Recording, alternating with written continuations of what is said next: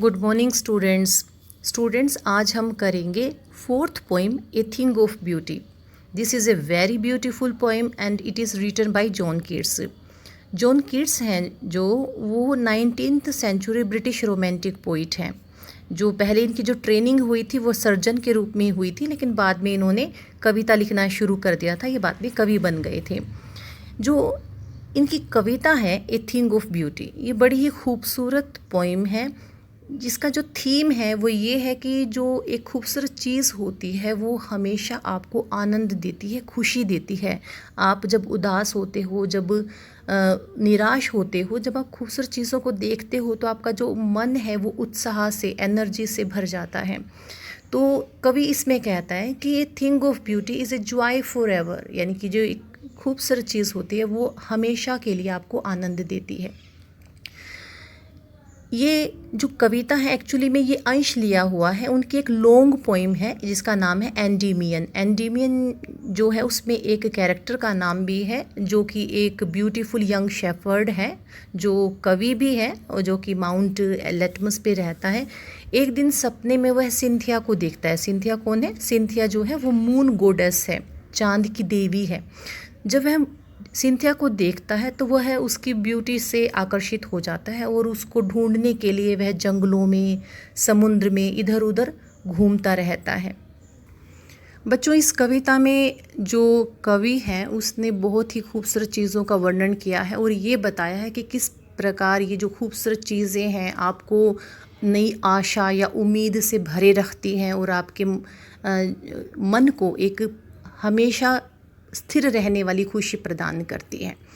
आप first stanza निकालिए। इसमें कवि कहता है ए thing of beauty is a joy for ever, यानी कि जो एक खूबसूरत वस्तु होती है, खूबसूरत चीज़ होती है वो आपको हमेशा के लिए आनंद देती है। फॉर एवर का मतलब होता है हमेशा के लिए।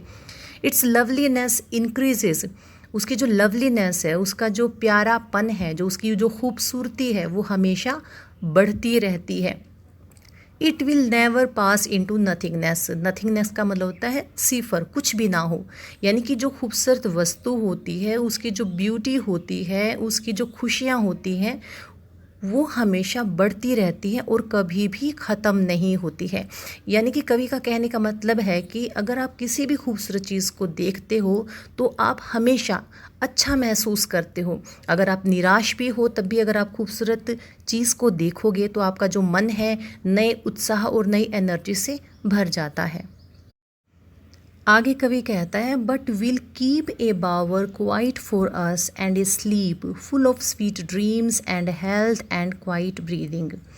कवि का कहने का मतलब ये है कि जो खूबसूरत चीज़ होती है उसकी खूबसूरती कभी कम नहीं होती, हमेशा बढ़ती रहती है।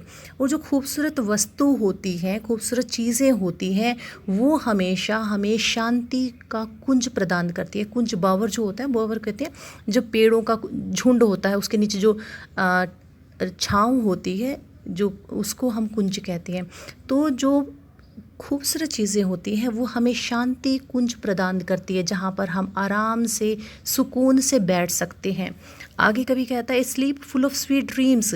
जो खूबसूरत चीज़ होती है वो हमारे लिए एक ऐसी स्लीप की तरह होती है जो कि मीठे सुंदर सपनों से भरी हुई होती है, जो हमें अच्छा स्वास्थ्य प्रदान करती है और हमें चैन की सांस लेने देती है। सेकंड स्टैंजा में पोइट कहता है देयर फोर ऑन एवरी मोरो, मोरो का मतलब होता है टुमोरो, आने वाला कल। आर वी रीडिंग, रीडिंग मैंने होता है गूथना, माला वगैरह जो हम पिरोते हैं, गूथते हैं। ए फ्लावरी बैंड, फ्लावरी बैंड फूलों की माला। टू बाइंड, बाइंड मैंने बांधना। अस टू द अर्थ, इस धरती से बांधने के लिए। तो कवि कहता है कि इसीलिए हम हर आने वाले कल के लिए एक फूलों की माला गूंथते हैं इस धरती से बंधे रहने के लिए। यानी कि यहाँ पे फूलों की माला का मतलब है एक नई आशा के साथ, एक नए विश्वास के साथ इस दुनिया में मौजूद हैं। In spite of despondence, in spite का मतलब होता है के बावजूद, डेस्पोडेंस का मतलब होता है निराशा। Of the inhuman dearth, inhuman का मतलब होता है अमानवीय, डर्थ का मतलब होता है शॉर्टेज, कमी, यानी कि अमानवीय कमी के बावजूद किसकी, ऑफ नोबल नेचर, अच्छे स्वभाव वाले लोगों के, अच्छे प्रकृति वाले लोगों की अमानवीय कमी यानी कि बहुत ज़्यादा कमी के बावजूद भी, निराशा के बावजूद भी, ऑफ द ग्लूमी डेज, उदासी भरे दिनों के बावजूद भी, of all the unhealthy and over darkened ways, unhealthy मतलब अस्वस्थ कर, जो हेल्दी नहीं हो, अच्छे नहीं हो, ओवर डार्कंड अंधेरे रास्तों के बावजूद भी हम फूलों की माला गूंथते हैं, एक उम्मीद के साथ इस धरती पे बंधे हुए हैं, शायद कल हमारे साथ अच्छा हो जाए, कुछ हमें अच्छी चीज़ देखने को मिल जाए। यानी कि जो ब्यूटीफुल चीज़ है हमारे खोजने के लिए उपलब्ध हैं, ताकि वो हमें एक आशा से, उम्मीद से, इस दुनिया से, इस जीवन से जो हमें बांधे रखती हैं। थर्ड स्टैंजा में पोइट कहता है यस, हाँ, इन स्पाइट ऑफ ऑल, इन सभी चीज़ों के बावजूद, सम शेप ऑफ ब्यूटी, कुछ जो खूबसूरत चीज़ें हैं, मूव्स अवे द पोल, वो कवर को, ढक्कन को, चादर को हटा देती हैं, फ्रॉम आवर डार्क स्पिरिट, जो हमारी अंधकार में जो हमारी आत्मा है, यानी कि हमारे जो दुख और तकलीफ़ें हैं, निराशा के भाव हैं, ये जो खूबसूरत चीज़ें हैं उनकी चादर को, निराशा भरी चादर को, डार्क स्पिरिट्स को हमारे मन से हटा देती हैं। खूबसूरत चीज़ें कौन सी हैं? Such the sun, the moon, सूरज है, चंद्रमा है, ट्रीज़ ओल्ड एंड यंग, जो बड़े पेड़ हैं और जो छोटे छोटे स्प्राउटिंग, जो छोटे छोटे पौधे हैं, वो सभी खूबसूरत जो चीज़ें हैं। Sprouting A shady boon for simple ship, वो एक आम भेड़ के लिए, एक साधारण सी भेड़ के लिए शेडी बून, बून को कहते हैं वरदान, शेडी मैंने छायादार, वो छायादार वरदान का काम करती है। छाया, स्प्राउट मैंने वैसे होता है जर्मिनेट होना, फूटना, या यहाँ पे वो एक छायादार अवतार की तरह काम करती है, वो उनके लिए ऐसी होती है जो ये ब्यूटीफुल चीज़ होती है।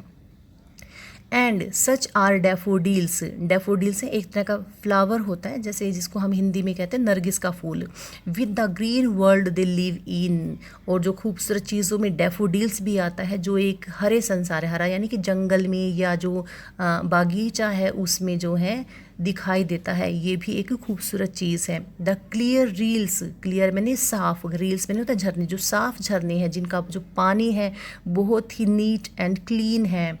That for them self A cooling covert make against the hot season, hot season यानी कि गर्म मौसम के खिलाफ, यानी कि गर्म मौसम में शांति प्रदान करने के लिए जो क्लियर रील्स हैं, जो ये ठंडे साफ पानी वाले जो झरने हैं, वो एक कोवर्ट का काम करते हैं। कूलिंग कोवर्ट, कोवर्ट का मतलब ये है आश्रय, जहाँ पे हमें आराम मिलता है, शेल्टर मिलता है, वो एक ठंडे शेल्टर का काम करते हैं गर्म मौसम में। The mid forest brake, brake का मतलब होता है जो झाड़ियाँ होती हैं, बुशेस होती हैं, और जंगल के बीच में क्या होता है, बहुत सारी झाड़ियाँ होती हैं। Rich with a sprinkling of fair musk rose bloom, लेकिन उसमें जो बीच बीच में मस्क रोज़ यानी कि गुलाब के जो फूल खिले होते हैं, वो जो है खूबसूरत चीज़ें हैं। और ये जितनी भी खूबसूरत चीज़ें हैं वो हमारी डार्क स्पिरिट से, हमारी अवसाद से हमको उबारती हैं, निकालती हैं। इसके बाद फोर्थ स्टैंजा यानी कि जो लास्ट स्टैंजा है उसमें पोइट कहता है and such too is the grandeur of the dooms, grandeur होती है शान, महानता, स्प्लेंडर, और डूम्स कहते हैं डूम्स डे यानी कि अंतिम दिन, यानी कि आप मृत्यु कह सकते हो, death. We have imagined for the mighty dead, इसमें कवि कहता है कि जो मृत्यु है, अंतिम दिन है, इसमें भी शान है, यानी कि जो हमने अपने जो माइटी डेड है, माइटी डेड का मतलब होता है जो पावरफुल, जो रॉयल लोग हैं, जो अब इस दुनिया में नहीं हैं, मर चुके हैं, उनमें भी एक महानता है, एक शान है, क्योंकि वो अपनी लाइफ टाइम में उन्होंने इतने बेहतरीन काम किए हैं जो हमेशा हमें इंस्पायर करते हैं। ऑल लवली टेल्स, टेल्स मैंने होते स्टोरीज़, कहानियाँ, दैट वी हैव हर्ड और रेड, जितनी भी प्यारी कहानियाँ हमने सुनी हैं या पढ़ी हैं। An endless fountain of immortal drink, और ये सभी जो चीज़ें हैं वो इमोर्टल ड्रिंक का एंडलेस फाउंटेन है। एंडलेस होता है जिसका कभी अंत ना हो, फाउंटेन कहते हैं फव्वारे को। इमोर्टल ड्रिंक कहते हैं जो जिसको पीने से आदमी अमर हो जाता है, जैसे अमृत। यानी कि ये सभी चीज़ें हैं वो एक अमृत के समान है जो कि एंडलेस फाउंटेन से निकलती जा रही हैं, पावरिंग अनटू अस, जो हमारे ऊपर गिर रही है, from the heavens brink. Brink कहते हैं किनारा और हेवन कहते हैं स्वर्ग के, जो स्वर्ग के किनारे से हमारे ऊपर गिर रही हैं। इसमें कवि हमें ये बताना चाह रहा है कि जो खूबसूरत चीज़ें हैं दे ऑलवेज इंस्पायर अस, चाहे वो लिटरेचर की हों, किसी की कहाँ जो हमारे हीरोज़ हैं उनकी जो स्टोरीज़ हैं वो हों, या कोई देखने में ब्यूटीफुल चीज़ें हैं, माउंटेन सीन्स हैं या ट्रीज़ हैं या स्ट्रीम्स हैं, नदियाँ हैं, ये सब चीज़ें हमें हमेशा खुशियाँ ही देती हैं। कवि इसमें कविता में कहना चाहता है कि ये जो हमारा लाइफ है that is full of joys and sorrows, इसमें खुशियाँ भी हैं और दुख भी हैं, तकलीफ़ भी हैं।